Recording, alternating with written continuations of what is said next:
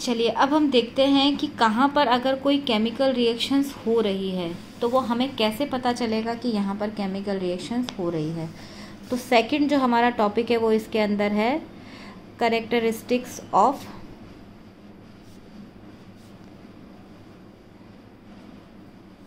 Chemical reaction. ठीक है, तो सबसे पहले केमिकल रिएक्शन अगर कहीं हो रही है तो वहाँ पर एक सिम्टम क्या हो सकता है कि इवोल्यूशन ऑफ गैस हो रहा हो। इवोल्यूशन ऑफ गैस अगर कहीं हो रहा है तो हम कह सकते हैं कि वहाँ पर एक केमिकल रिएक्शन हो रही है। जैसे कि अगर हम आपके एग्जाम्पल में दिया हुआ है, आपको बुक में दिया हुआ है कि जैसे एक बीकर है, उसके अंदर हम लोगों ने क्या किया है, ये हमारे पास यहाँ पर है डाइल्यूट H2SO4 जिसे हम कह सकते हैं कि सल्फ्यूरिक एसिड है, और इसके अंदर हम लोगों ने छोटे छोटे ये जिंक के ग्रैन्यूल्स डाल दिए हैं। ये क्या है, जिंक ग्रैन्यूल्स। ठीक है, जिंक जो है ये एक मेटल है, ये एसिड के साथ रिएक्शन करता है। ठीक है ना, जैसे यहाँ पर हमने लिया, इसका रिएक्शन हो सकता है जिंक जो है वो H2SO4 के साथ रिएक्शन करता है और उसके बाद क्या बनाता है, ZnSO4 बनाएगा और इसके अंदर से हाइड्रोजन जो है वो एज अ गैस रिलीज़ होगा। अगर हम इस बीकर के अंदर यहाँ पर देखें तो हमें यहाँ पर से ये गैस ऊपर निकलती हुई दिखाई देती है। ठीक है, तो इसको हम कह सकते हैं कि यहाँ पर इस रिएक्शन के अंदर चूँकि हाइड्रोजन गैस रिलीज़ हो रही है तो हम कहेंगे कि यहाँ पर एक केमिकल रिएक्शन हो रहा है। तो इवोल्यूशन ऑफ गैस एक सिम्टम है इसका। दूसरा है इसके अंदर फॉर्मेशन ऑफ प्रेसिपिटेशन भी आ सकता है। फॉर्मेशन ऑफ प्रेसिपिटेशन जिसे हम शॉर्ट फॉर्म में PPT लिखेंगे। ठीक है, तो फॉर्मेशन ऑफ प्रेसिपिटेशन क्या होता है कि जब हम दो सॉल्यूशंस जो हैं, एक्वस सॉल्यूशन है हमारे पास, जब हम उन्हें मिक्स करते हैं तो वो आपस में रिएक्शन करेंगे और रिएक्शन करने के बाद उनमें से कोई एक सॉल्ट बनेगा जो वो फिर सॉल्यूबल नहीं है और वो नीचे बैठ जाएगा उसके अंदर और वो एज अ प्रेसिपिटेट नीचे सॉलिड के रूप में जमा हो जाता है। इसके अंदर जो रिएक्शन हम लोग लिख सकते हैं वो ऐसे लिख सकते हैं हम, जैसे कि मान लो हमारे पास है सोडियम कार्बोनेट है, ये एक सॉल्यूशन है जिसे हम एक्वस सॉल्यूशन लिखेंगे। ठीक है, इसके साथ हम लोगों ने रिएक्शन कराया HCl का, जो भी हमारे पास एक्वस सॉल्यूशन है क्योंकि हमने इसको पानी से डाइल्यूट किया हुआ है। यह आपस में जब रिएक्शन करेंगे तो इनके अंदर से क्या होगा, एक सॉल्ट बनेगा जिसे हम कहेंगे NaCl। ठीक है, और इसके अंदर बनता है वाटर और तीसरा इसके अंदर बनता है CO2 गैस। तो ये इसके अंदर तीनों चीज़ें होती हैं। अब इसके अंदर क्या है, ये NaCl जो है ये नीचे एज अ प्रेसिपिटेट यहाँ पर बैठ जाता है और ये ऊपर में सॉल्यूशन है और कार्बन डाइऑक्साइड ऊपर से बाहर निकल जाती है। ये सॉल्यूशन के अंदर NaCl बैठ गया, तो ये एज अ वाइट प्रेसिपिटेट यहाँ पर हमें मिलता है। तो हम कह सकते हैं कि इस रिएक्शन के अंदर चूँकि वाइट प्रेसिपिटेट हमें मिला है तो ये भी एक केमिकल रिएक्शन हो रहा है। तीसरा हमारे पास आता है इसके अंदर कलर चेंजिंग रिएक्शन है।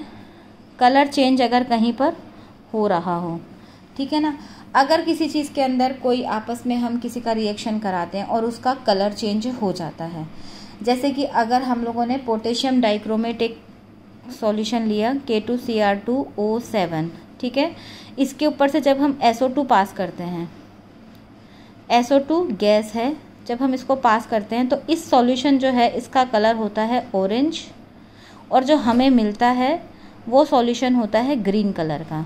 तो काफ़ी विजिबल चेंज है, ऑरेंज से ये ग्रीन बन जाता है।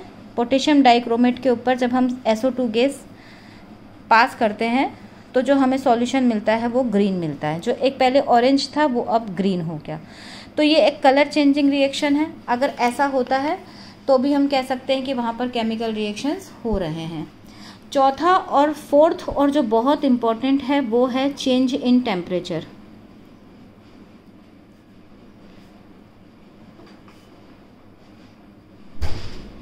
चेंज इन टेम्परेचर यानी अगर कभी कोई रिएक्शन हो रही है, आपने किन्हीं दो रिएक्टेंट को आपस में मिलाया और वहाँ पर आपको जहाँ पर ये रिएक्शन कर रहे हैं आप उसको छुएं या आप उसको टच करें तो आपको या तो वो गर्म लगे या वो ठंडा लगे। दैट मीन्स कि उसके अंदर से हीट जो है एज अ एनर्जी या तो रिलीज हो रही है या वो उसे एब्जॉर्ब कर रहा है। तो चेंज इन टेम्परेचर जो होता है उसको हम दो तरीके से डिस्क्राइब कर सकते हैं। एक होता है एक्सोथर्मिक, दूसरा होता है इंडोथर्मिक। ठीक है, एक्सोथर्मिक जो होता है उसके अंदर गैस, एक्सोथर्मिक के अंदर जो हीट है वो रिलीज होती है। ठीक है, और इंडोथर्मिक के अंदर हीट जो है वो एब्जॉर्ब होती है।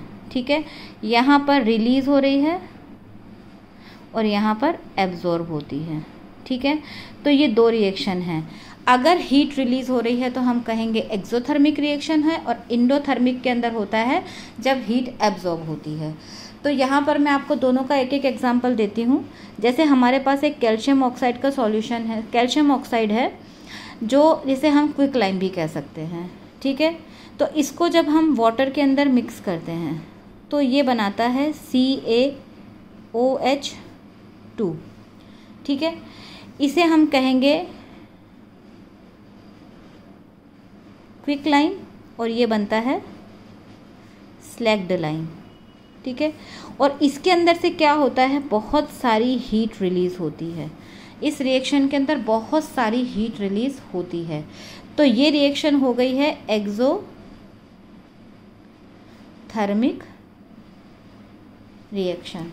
ठीक है, अब ये हो एक्सोथर्मिक, यानी एक्सोथर्मिक के अंदर दो रिएक्टेंट ने आपस में रिएक्ट किया, एक तीसरा प्रोडक्ट बनाया और उसके साथ में बहुत सारा हीट रिलीज किया। यानी जिस भी बर्तन में या जिस भी फ्लास्क में या जार में हम इसको बना रहे हैं उसको जब हम बाहर से टच करेंगे तो वो हमें बहुत ज़्यादा गर्म महसूस होगा। तो हम वहाँ पर कहेंगे कि यहाँ पर एक्सोथर्मिक रिएक्शन हो रही है। इंडोथर्मिक के अंदर क्या होता है, जहाँ पर इंडोथर्मिक रिएक्शन होगी जब हम उसे टच करेंगे तो वो हमें बहुत ठंडा महसूस होगा, यानी उसने आसपास की जो एनवायरनमेंट है उसकी एनर्जी को अपने अंदर एब्जॉर्ब कर लिया है। तो वो हम बोलेंगे कि वो इंडोथर्मिक रिएक्शन है। यहाँ पर मैं आपको एक इंडोथर्मिक रिएक्शन का एग्जांपल भी दे देती हूँ। ऐसे ये आपके एनसीईआरटी की बुक्स में नहीं है, लेकिन थोड़ा बहुत हमें एक्स्ट्रा पढ़ ही लेना चाहिए।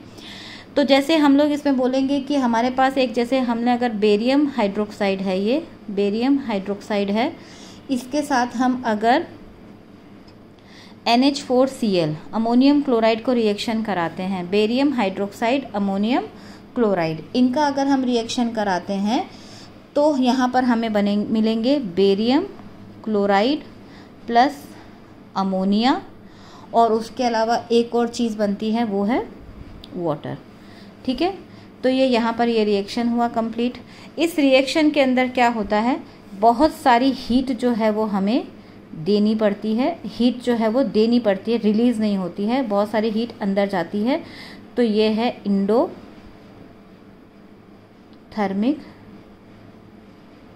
रिएक्शन। ठीक है, यहाँ पर हमें कोल्ड सा फील होगा, अगर हम इसका जो जार को टच करेंगे तो फील कोल्ड। ठीक है ना, फील्स कोल्ड यहाँ पर हम ये लिख सकते हैं। तो ये हम इसको कहेंगे कि ये हमारी हो गई इंडोथर्मिक रिएक्शन। तो ये हमारा चेंज इन टेम्परेचर आ जाता है। उसके बाद होता है चेंज इन स्टेट।